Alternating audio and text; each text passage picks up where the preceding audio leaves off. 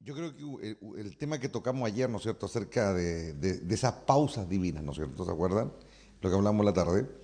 Y lo que después hablamos en la tarde, ya no, en la mañana, perdón, cuando hablamos acerca de que la fuerza viene de Dios, ¿no es cierto?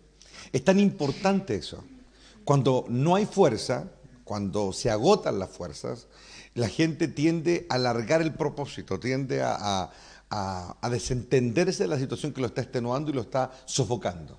Y eso es muy importante entenderlo en estos tiempos, por una razón muy simple en el fondo. Y es de que si vamos en un propósito y nos estamos acercando, ¿no es cierto?, a una meta o digámoslo, a una submeta, el enemigo va a hacer lo imposible por tratar, ¿no es cierto?, de hacernos menguar o en el fondo hacernos retroceder. Y va a usar, ¿no es cierto?, la distracción, va a usar la tentación y va a usar el cansancio. ¿Me entienden? Cansancio físico, cansancio emocional, cansancio espiritual. Y yo siento que este es un tiempo en el que nosotros tenemos que tener mucho cuidado con eso, con el tema de agotarse. ¿Me entienden? Cuando uno se agota, hermano, es como cuando queda sin combustible, pues, hermano, no llega a ninguna parte, ¿no es cierto? Y uno siempre, el hombre ha estado esforzándose, ¿no es cierto?, por buscar, ¿no es cierto?, nuevos métodos de energía, orígenes de energías nuevas, justamente porque sin energía no se hace nada, hermano. Si no hay energía, no se logra nada. Si tú no tienes pasión, si la pasión es justamente ese producto que emana de nosotros cuando tenemos ánimo, hermano. ¿Qué pasa con alguien que está desanimado o alguien que no tiene fuerza? Alguien que termina el día y termina reventado, llega a la casa a decir tres, cuatro palabras ahí nomás. Esa persona va derecho a la muerte, por hermano. Va derecho a la muerte espiritual. Esa persona es cosa que poco a poco se debilite, se debilite, se debilite, hasta que al final cualquier cosa, así un topón en la frente y cae. Es así de peligroso el desgaste. Entonces es sustancial. No es una cuestión, no es un mero tema, ¿me entienden? Es sustancial, está siempre vigoroso, está siempre fuerte, emocionalmente, espiritualmente, físicamente. Es crucial, ¿me entienden? Y el enemigo sabe cómo utilizar el cansancio, sabe cómo desgastar.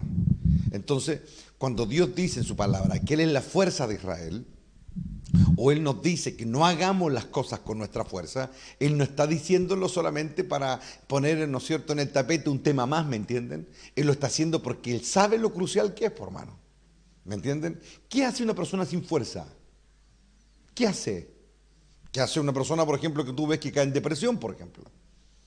Está fundido emocionalmente, espiritualmente, físicamente, se quedan botados en la cama todo el día, se enajenan, se apartan del mundo, y es porque en este caso una realidad espiritual los ha llevado a un desgaste ya total y no quieren hacer nada. ¿Me entienden? Entonces, es crucial este cuento. Y hoy día quiero hablarle un poco acerca de cómo Dios, cuando Él comienza algo, o cuando Él propone algo, ¿no es cierto?, Dios se asegura de que nunca vaya a faltar la fuerza. Cuando es Él que comienza algo, Dios sabe la cuota de energía que vamos a necesitar para lograr, ¿no es cierto?, llegar del punto A al punto B. Dios lo sabe. Entonces, lo único que a nosotros nos compete, ¿no es cierto?, y por eso recalco esto, es que nosotros estemos constantemente buscando esa llenura, buscando esa presencia, buscando su rostro. Porque al hacerlo, ¿cuál es la resultante de eso? Fuerza. Cuando yo estoy con Dios salgo vigoroso. Cuando yo estoy con Dios salgo con ánimo. Cuando yo estoy con Dios tengo fuerza para vencer a mi propia maldad, vencer la adversidad que me rodea, tengo ánimo para orar, tengo ánimo para estar en comunión con Dios. Y es por eso que Jesús le puso tanto énfasis, ¿no es cierto?, al tema de que el que persevera hasta el fin. Cuando Él habla de la persecución, cuando Él habla de las aflicciones, es evidente, ¿no es cierto?, que Él está poniendo en el tapete que va a venir un momento a la humanidad y un momento a la iglesia en que se van a sentir reventados, por hermano. ¿Me entienden? Y lo vemos, ¿no es cierto?, en su propia vida. Él fue el ejemplo de este cuento. Vemos que él, cuando ya va llegando al final de la carrera, es evidente lo extenuado que está, lo cansado que está.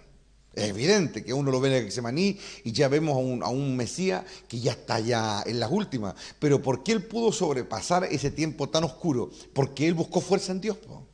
¿Me entienden o no? Entonces, este cuento de renovarse no es un cuento opcional. ¿Me entiendes? No es un cuento opcional. No es, yo si tengo ganas, si tengo tiempo, busco a Dios. No. Si voy a hacer un viaje largo, yo tengo que preocuparme de llenar el tanque, hermano. Tengo que preocuparme de llenar el tanque. Tengo que preocuparme de que mi máquina, mi vehículo esté en buenas condiciones para justamente aventurarme en un viaje largo que no sé lo que va en el camino, ¿me entienden? Ahora, si yo viajo a Santiago, ¿no es cierto? Sé que voy a tener, ¿no es cierto?, servicentros cada 40, 50 kilómetros. Pero si yo me voy, por ejemplo, me voy hacia el sur, ¿no es cierto?, a la Patagonia, donde ahí pueden pasar cientos de kilómetros, ¿no es cierto? Y yo no sé si voy a encontrar por ahí perdido algún servicentro, ¿no es cierto? Y me tiro a la aventura, yo tengo que ir con reserva, hermano. Yo tengo que ir preparado, ¿me entienden? No es un cuento poco menor. Entonces, el tema de renovar la fuerza es vital. Y vamos a hablar un poco, quiero hablar acerca de un llamado y luego de un detalle histórico, donde Dios dejó plasmado en forma intrínseca el concepto de fuerza y establecimiento de su poder.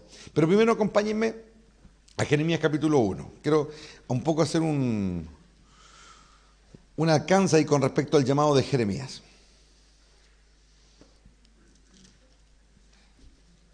Les leo, ¿no es cierto?, capítulo 1, verso 4.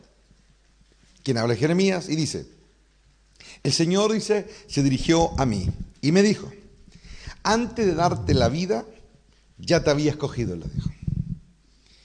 Antes de que nacieras, ya te había yo apartado, dice él. Dice, te había destinado a ser profeta a las naciones. Yo contesté, dijo él, ay, Señor, soy muy joven y no sé hablar. Puso dos argumentos en la mesa. Una, su falta de experiencia, y la otra, que no sabe hablar. Pero el Señor me dijo, no digas que eres muy joven. Tú irás donde yo mande y dirás lo que yo te ordene. No tengas miedo de nadie, pues yo estaré contigo para protegerte. Yo, el Señor, doy mi palabra, le dijo. Pero fíjate que el Señor no dice nada con respecto a que Él no sabe hablar. Solamente el Señor le responde, un poco, entre comillas, aceptando el primer argumento. Es verdad, eres joven. Entonces, como eres joven, el Señor dio una palabra. Y la palabra es que nadie tome en poco tu juventud, algo muy parecido, ¿no es cierto?, a lo que le dice Pablo, ¿no es cierto?, a Timoteo. Y le dice, yo estoy contigo, mi palabra es la que ahora te sostiene. Y cuando en el verso 9 dice, entonces el Señor extendió la mano y tocó mis labios. Mira, a lo primero, el Señor le deja muy claro que no es un argumento. No importa que seas joven, yo ahora te doy mi bendición. Pero a la segunda acepción que hace Jeremías, ¿no es cierto?, el Señor no dijo nada, sino que actuó. Le tocó los labios. En otras palabras, le estaba aceptando ese argumento. Es verdad, no sabes hablar. O no sabías hablar. O debo hacer recordarte cómo hablas. Entonces el Señor extendió la mano, me tocó los labios y me dijo, yo pongo mis palabras en tus labios. Hoy te doy plena autoridad, le dijo, sobre reinos y naciones, para arrancar y derribar, para destruir y demoler, y también para construir y plantar. Y el Señor se dirigió a mí, dice él, ¿no es cierto?, y me dijo, Jeremías, ¿qué es lo que ves? Después de que él le toca los labios, ¿no es cierto? Le dice, ¿qué es lo que ves? Y aquí comenzamos a ver la transformación de Jeremías. De pronto está viendo cosas, porque fue tocado. Antes era un pobre cabro chico, no tenía un cuesco de nada, pero cuando Dios lo toca, y ahí viene lo glorioso, de pronto, ¡pum!, comenzó a ver. Veo una rama de almendro. Contesté, tiene razón, me dijo el Señor. En efecto, voy a estar atento a que mis palabras se cumplan. Hay algunos comentaristas que dicen que aquí no hay mucho sentido entre lo que Dios pregunta, Jeremías contesta, y la segunda respuesta de Dios. Algunos dicen que hay un juego de palabras aquí, que en el antiguo hebreo se parece mucho esta rama de almendro a haré que mis palabras se cumplan. Es una cuestión que algunos dicen, no sé hasta dónde, pero el tema es que el Señor le dice, yo haré que mi palabra se cumpla. El Señor se dirigió a mí por segunda vez y me dijo, ¿qué es lo que ves? Ahora él le dice, veo una olla hirviendo, le dice, a punto de derramarse desde el norte, y contesté. Entonces el Señor me dijo, Desde el norte va a derramarse la calamidad, le dijo, sobre los habitantes de este país. Yo, el Señor, le aseguro que voy a llamar a los reinos del norte. Vendrán sus reyes y pondrá su trono en la entrada misma de Jerusalén, frente a todas las murallas que la rodean y frente a todas las ciudades de Judá. Este es el castigo que voy a decretar contra esos pecadores que me abandonaron, que quemaron incienso y adoraron a dioses extranjeros que ellos mismos hicieron. Y le dice, y tú, le dice, ármate de valor. Ve y diles lo que yo te mande. No les tengas miedo, porque de otra manera yo te haré temblar delante de ellos. Y aquí viene algo a lo que quiero llegar. Yo, le dice, te pongo hoy, como una ciudad fortificada, como una columna de hierro, como una muralla de bronce, para que te enfrentes a todo el país de Judá, a sus reyes, jefes y sacerdotes y al pueblo en general. Ellos te harán la guerra, le dijo, pero no te vencerán, porque yo estaré contigo para protegerte. Yo, el Señor, le dice, por última vez, doy mi palabra. Jeremías no tenía nada que ver, él descendía de familia sacerdotal, pero él era un adolescente que no tenía mayor compromiso, ¿no es cierto? Probablemente él se daba cuenta de algunas cosas hasta que Dios lo llama a una tremenda lucha hacia el interior de la nación. Y la lucha es enrostrarle en su cara su pecado, desde reyes hasta sacerdotes, al pueblo, a todo. Es decir, Jeremías iba a ser muy antipopular. Del momento que él decidiera aceptar la encomienda, su vida se iba a hacer de Ecuador, y así fue. Él estuvo profetizando casi cerca de 20 años hasta que Nabucodonosor tomó la ciudad y quedó la pura crema. Y luego él siguió después profetizando a los que se han marcado en Egipto. Y vemos, ¿no es cierto?, que todo lo que Dios le dijo se cumplió. Pero cuando Dios lo llamó a él, cuando Dios le dijo, mira, yo quiero que hagas esto, esto y esto, y él se comienza a excusar y dice, no, lo que pasa es que yo soy joven, una, y dos, no sé hablar, el Señor comenzó a suplir, ¿no es cierto?, las necesidades que él tenía. Y primero lo estableció. Ya de ahora en adelante yo te doy autoridad para hablar, le dice. Tienes autoridad para enfrentar esta ciudad. Vas a tener poder en tu boca para destruir y para edificar, para arrancar, ¿no es cierto?, que la idea de arrancar una planta, y para plantar, le dice. De ahora en adelante yo voy a tocar tus labios, y los tocó. Y cuando lo tocó, le dio su fuerza para hacerlo. Y después de esto, ¿no es cierto?, le hace preguntas, como que Dios prueba su toque, ¿me entienden? Le dice, ¿y ahora qué estás viendo?, le dice. Porque antes de eso Jeremías no veía nada, ¿me entienden? Él lo único que quería, lo único que tenía en su mente, ¿no es cierto?, era simplemente zafarse de esta encomienda, ¿no es cierto?, que estaba recibiendo de parte de Dios. Y ustedes se dan cuenta que generalmente, y esto es algo glorioso de poner ahí en el tapete, los verdaderamente llamados por Dios no se andan ofreciendo. Vemos la misma temática, por ejemplo, con Moisés. Moisés empieza, no, los que verdaderamente son llamados por Dios no se andan ofreciendo. No se andan ofreciendo, para nada. Los verdaderamente, a diferencia de cuántos otros, porque andan por ahí ofreciéndose para profeta, para apóstol, para misionero, para lo que sea. Y uno se da cuenta que la cosa no es como ellos dicen, pues, ¿me entienden? No es como ellos dicen. Entonces, la gente se anda ofreciendo para cosas. Probablemente a veces no lo dicen, pero con sus miradas, con sus acciones, se ofrecen. Y eso uno lo ve, sobre todo los que tenemos vida de iglesia de cabros chicos, es una cuestión así, pero nos faltaba la vieja que quería poder ofrecerse para presidenta de la horca asesina, o al otro que quería ser el superintendente de la escuela dominical, ¿no es cierto? Miren los cargos, el superintendente de la escuela dominical, habían 4 pelados todos locos que tal, pero el superintendente. O va a ofrecerse para allá, ofrecerse para acá, ofrecerse para encargado de obra. Cuando yo veo la Biblia, veo que los llamados por Dios no están ni ahí con que Dios los llame, no quieren, de hecho se ponen una excusa, ¿me entienden? Pero por algo Dios se acerca a ellos, po. Que diga, es verdad, Jeremías se veía niño, adolescente y todo, pero tenía un potencial impresionante. Él iba a ser un hombre solo contra una nación y no le ganaron, por hermano. Que un hombre realmente tenaz en el propósito y en el llamado. Un hombre que iba a sufrir persecución y sufrir abandono, traición, y no se iba a romper. Él hizo su parte, es decir, Dios no se equivocó al ir a escogerlo a él, ¿me entienden? No se equivocó al tocar sus labios y ungirlo, no se equivocó. Pero aquí quiero llegar con todo esto, que Dios cuando establece y comienza algo, Él se hace responsable de eso. Él se hace responsable. Es decir, Él llama y Él cubre. Él llama, Él dota.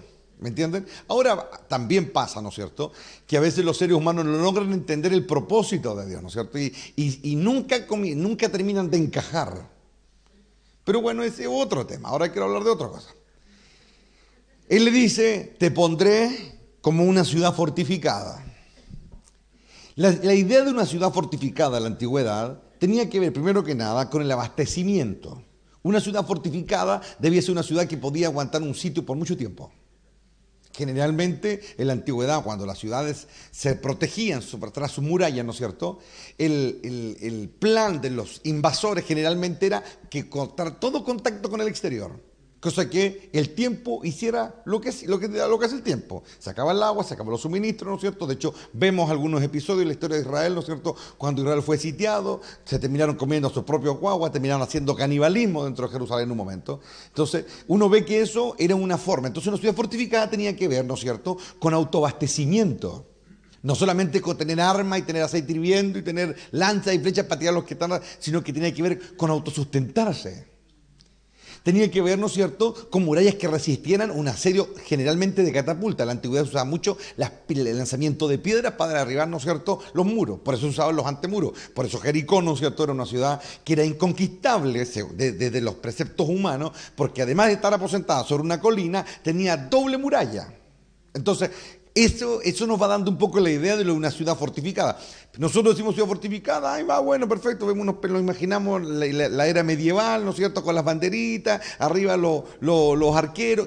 La idea de una ciudad fortificada de la Biblia tiene que ver con sustento, tiene que ver con abastecimiento, tiene que ver con armamento, tiene que ver con ejército y tiene que ver con la solidez de las murallas. Entonces, cuando Dios le está diciendo a Jeremías, yo te voy a poner como una ciudad fortificada, le está diciendo, tu alimento no va a faltar nunca.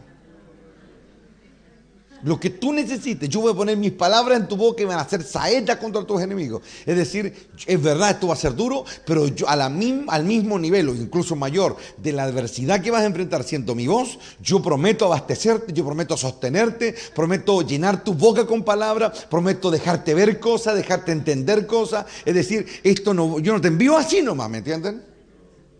Cuando le dice como una muralla de bronce, en realidad la antigüedad eso no existía. El contexto de las murallas de bronce tiene que ver netamente con el templo de Salomón, o el templo, ¿no es cierto?, que quiso erigir David. Y tenía que ver con esa imagen dorada que irradiaba las paredes internas del templo. Le dice como una muralla de bronce, le dice. Algo que tiene que ver con lo santo, que tiene que ver con la imagen de la fortaleza, ¿no es cierto?, pero divina. Le está diciendo. Y cuando le dice, y te pondré como una columna de hierro. Una columna de hierro. La columna generalmente en la antigüedad tenía mucho significado, no solamente para sostener edificios.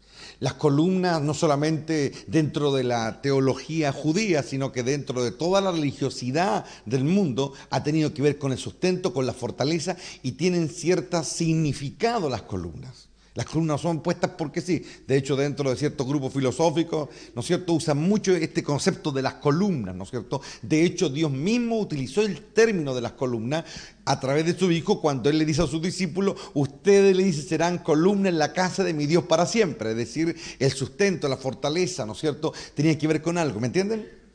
Y en ese contexto de lo que significan, hay algo que me llamó mucho la atención de la construcción del templo de Salomón, ¿no es cierto?, que fue la idea de David.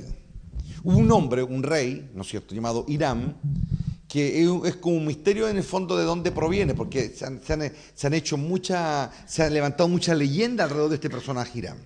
¿Por qué? Porque venía de un reino donde había abundancia de oro y eran hombres muy preparados en lo que es el trabajo arquitectónico, mucho más que los hebreos. De hecho, ellos le enseñaron a los hebreos a manejar todo el trabajo arquitectónico, sobre todo el templo y del palacio de David.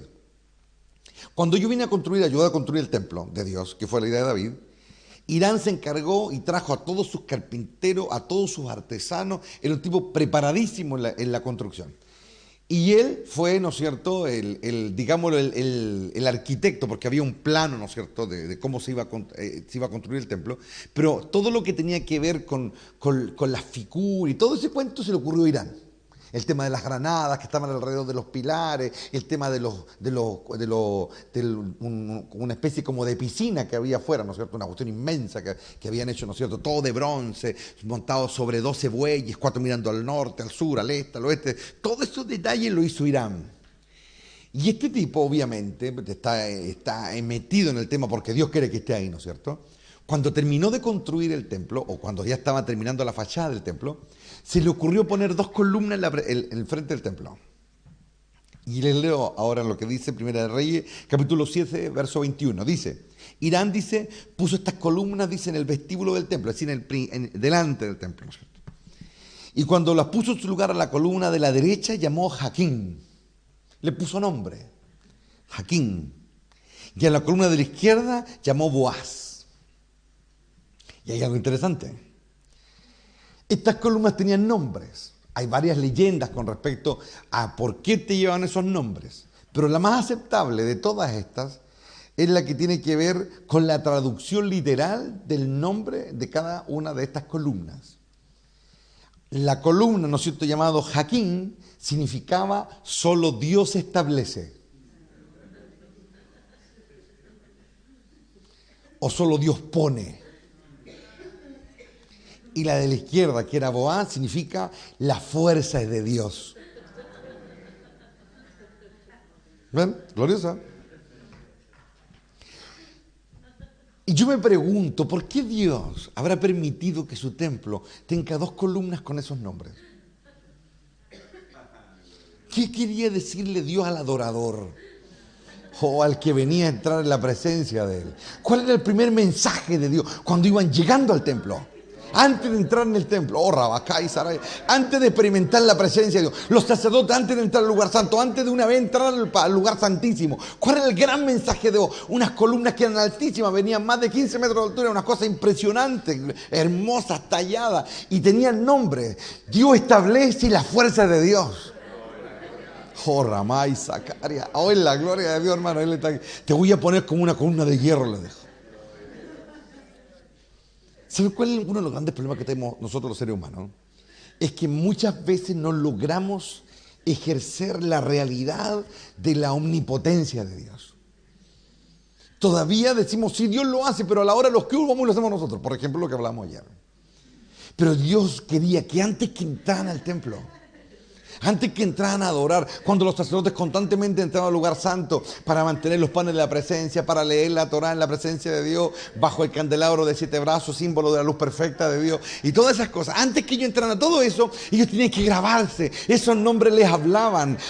El que establece soy yo, decía Dios, la fuerza es solo mía, yo tengo el poder para derribar y para levantar. Y en un momento Dios le está diciendo a su siervo, ahora yo pongo mis palabras en tu boca, y cuando tú hables, tendrás poder para destruir y poder para construir. Tendrás poder para arrancar y tendrás poder para plantar. Y eso es lo primero que tenemos que nosotros inyectarnos cuando vemos el frontis de la casa de Dios, hermano.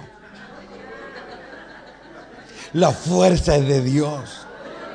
La fuerza de Dios, las salvaciones de Dios. Él establece a quien Él quiere, Él derriba a quien Él quiere, y Dios quiere que tú y yo y cada creyente nos empapemos de eso, pero a tal grado que ya no sea solamente conocimiento, sino que sea una verdad. Mira, es como cuando uno aprende a adorar a Dios. Cuando adoramos los primeros años, los que me conocen aquí de cuando era cabro, cantábamos. Y nos emocionábamos por un rato, y a medida que fuimos adorando, a medida que fueron pasando los años, fuimos comenzando a descubrir otras cosas. Comenzamos a buscar algo más profundo. Ya no bastaba con que todos se alegraran y cantaran. No. Ahora buscamos algo más. Buscamos ya, de pronto comenzamos a darnos cuenta que de pronto alguien era tocado por Dios. Y comenzamos a cachar de que ya no se trataba de entretener, se trataba de encontrar. Y comenzamos a ir más profundo. Y hemos llegado a un nivel ahora en que ahora nos molesta si algo nos interrumpe, porque queremos entrar a otro estado de adoración. Queremos entrar a otro estado de comunión. Queremos sentir el poder de Dios. Sabemos que no cantar no sirve. Por eso nos damos cuenta cuando hay oposición, por ejemplo. Nos damos cuenta cuando no está fluyendo porque ya queremos otra cosa.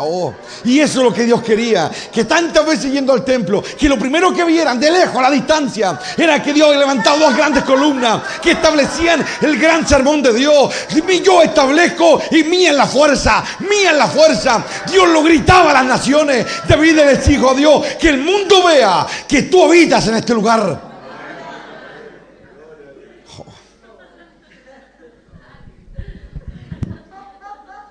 Es la gloria de Dios, hermano. Entre más oposición hay, hermano. Solamente, Ramasaya. Es como que casi puedo escuchar a Dios decirle al mal: ¿quieres oponerte? Decirle a las tinieblas: ¿quieren oponerse? ¿Quieren oponerse? ¿Quieren pulsear con mi brazo? Rabai Zacaria Saya, gloria. Ricania Saba aquí Aracella. Y entre más débiles somos allá afuera, vemos esas dos columnas. Y ahí nuestra alma se vitaliza al saber que la fuerza está solo en Él. Él envió la palabra y la palabra lo sanó. Gloria. Ramay Sacandaray Sabá. La fuerza está en Él. Solo Él vence al pecado. Solo Él vence a la oscuridad. Solo Él vence a la rebelión. Solo Él vence al miedo. Solo Él vence a la duda. Solo Él vence a la amargura. Solo Él vence. David quería construir un templo que proclamara la gloria de Dios.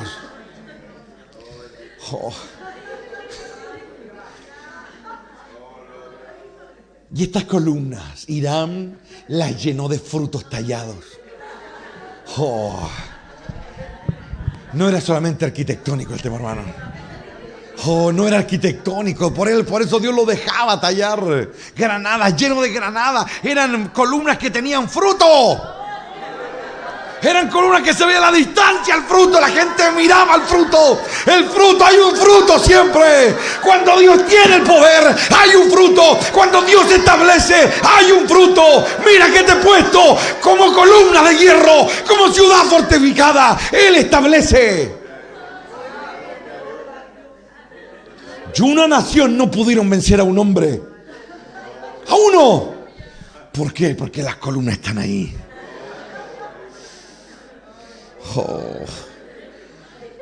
La gloria de Dios. Veo a dos hombres parados frente a Dios, hermano. Uno fue llamado a establecer la ley de Dios. Uno fue llamado a declarar los mandamientos de Jehová, a establecer la ley. Y el otro traía la fuerza de Dios, traía la fuerza de Jehová.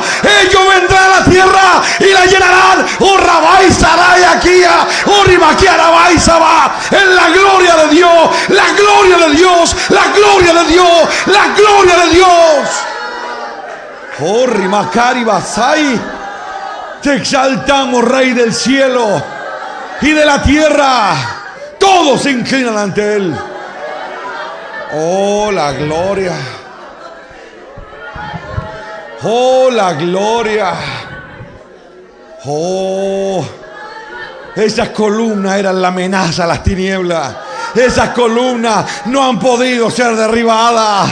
El templo lo derribaron, pero las columnas siguen de pie, siguen de pie, siguen de pie, siguen de pie. Ramay Zakari Basai.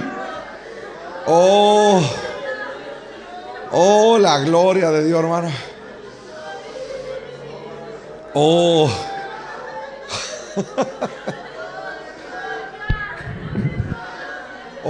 En la gloria de Dios, hermano. Dan fruto, dan fruto. Y cuando los adoradores llegaban, puedes comer de ese fruto. Podemos comer del fruto de la fuerza de Dios. Él es el que multiplica la fuerza. Él le llena de fuerza a sus hijos. Él te da la fuerza para vencer el mal que está dentro de ti y alrededor de ti. Él te da la fuerza. Su presencia te liberta. Su poder te establece y no podrán vencerte. Estas columnas están gritando esta noche diciendo: pelearán, pelearán, pero no te vencerán, porque Jehová está contigo. Oh, bendito Adonai. Nos gozamos en tu fuerza. Nos gozamos en tu fuerza. Abraza las columnas cuando entres al templo. Aleluya, abraza las columnas. Empápate de esa fuerza. Empápate de la ley establecida. Jehová, Él habla, Él habla. Las columnas gritan esta noche. Oh, Ramá y Jacoba. Oh, Javín y Boaz gritan esta noche.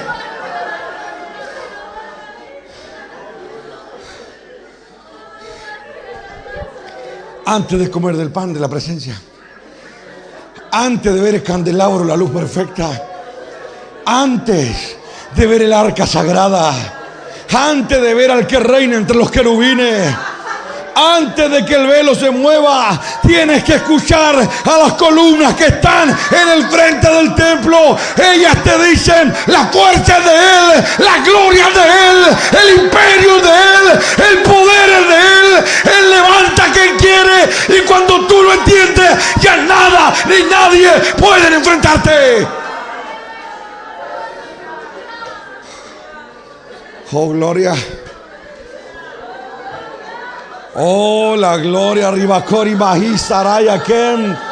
Oh, empápate de esa fuerza. Los que me ven, empápense de la fuerza del Elohim, el más poderoso, el más grande, el más sabio, el inmortal, el gran yo soy, el que llena la eternidad. Él llena la eternidad, Él llena la eternidad, Él llena la eternidad. Y los sacerdotes le exaltan de los que están esta noche. ¿Cuántos quieren sentir, oh gloria, la fuerza de las columnas? Comer de los frutos de las columnas. Oh, gloria. Oh, oh, Ricari Basai. Oh, bendito el león. Bendito el león. Empápate de la fuerza. Él tiene la fuerza de la fe. Él tiene la fuerza del valor. Él tiene la fuerza de la santidad. Él tiene la fuerza del conocimiento. Él tiene toda la fuerza. Toda la fuerza. Y porque tiene la fuerza, tiene el poder para establecer a quien Él quiera. Oh, oh, la gloria. Oh, oh, la gloria, hermano. Oh, la gloria.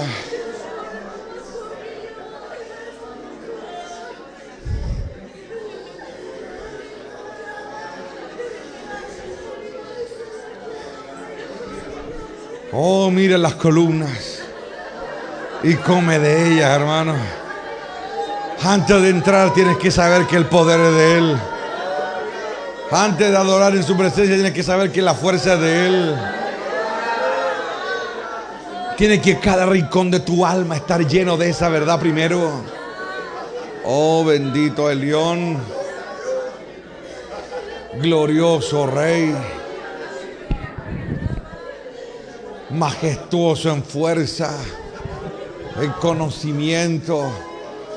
Oh, Ricari Basai. Oh, empápate de su fuerza, hermano. Empápate de su fuerza.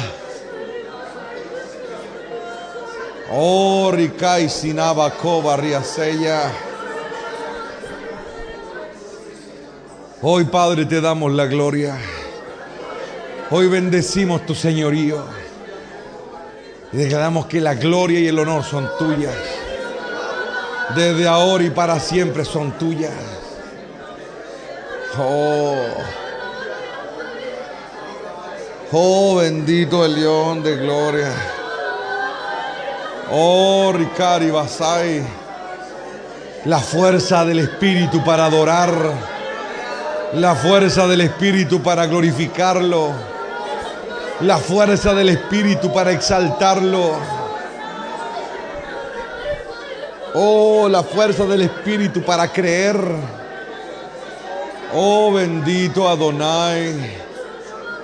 Padre, glorifícate en esta noche. Que esas columnas sigan hablándonos en los días más duros que nos toque vivir. Que esas columnas irradien su fuerza. Oh, Ramay Sakoba Riaki Araseya. Glorifícate, Adonai. Glorifícate, Rey de Gloria. Santo eres, Padre, sobre todo lo que existe. Grandioso es tu nombre sobre todo lo que existe. Danos la fuerza, Rey, danos la fuerza. Clámale con toda tu alma, dame tu fuerza. Oh, Ribakori Bajata Raizaba. Dame tu fuerza.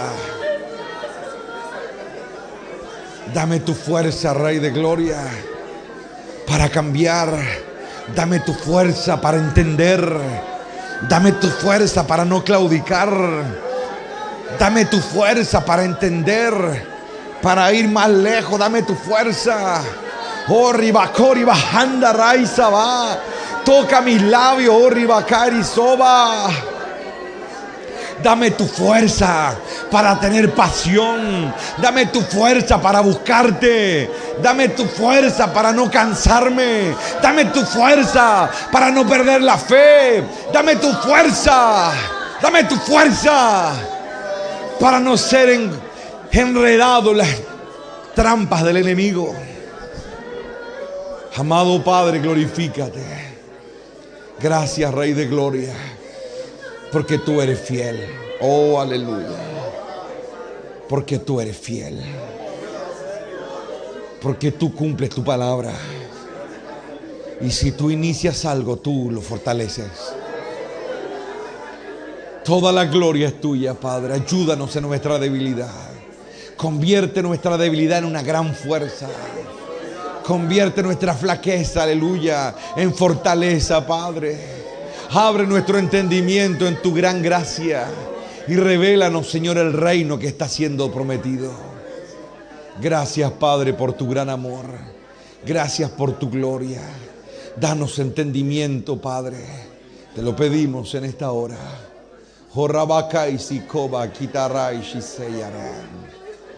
Porque el reino te pertenece, Adonai. El reino te pertenece. El reino te pertenece. Ribacoba, Kitara, Bajanda, Raizaba.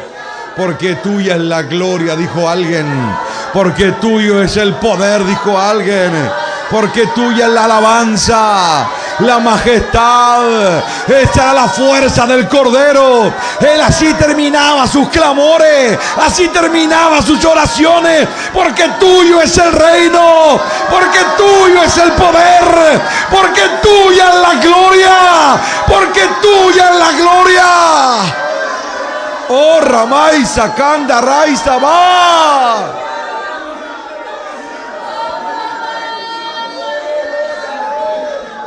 Porque tuyo es el reino.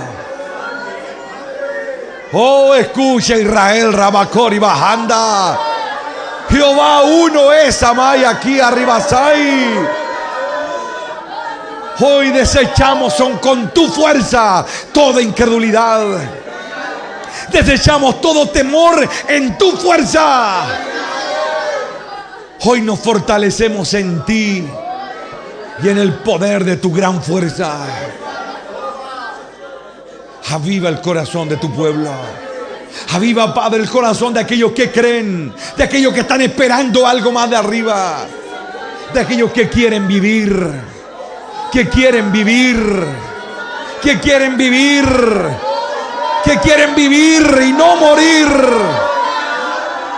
Oh, Ramaya Kanda Rigakoba Riakai Shisen. Oh, amado Rey, tuyo es el reino. Oh, Ribakai Shisoba. Oh, Ribakanda Raizaba. Edifica, edifica, establece a tu pueblo como una ciudad fortificada, como una muralla de bronce, como una columna de hierro. Oh, bendito Adonai. Hazlo, Ribakari Basaya, para que nada ni nadie pueda impedir que hagamos tu voluntad.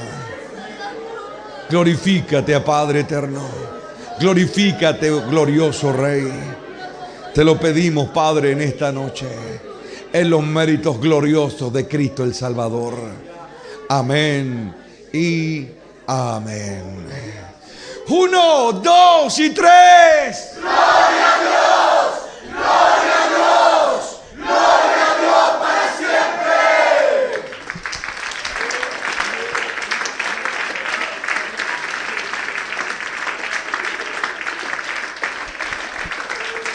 Oh, aleluya. Oh, busque a alguien, bendíganse uno a otro, hermano. Hemos terminado. Oh, la gloria.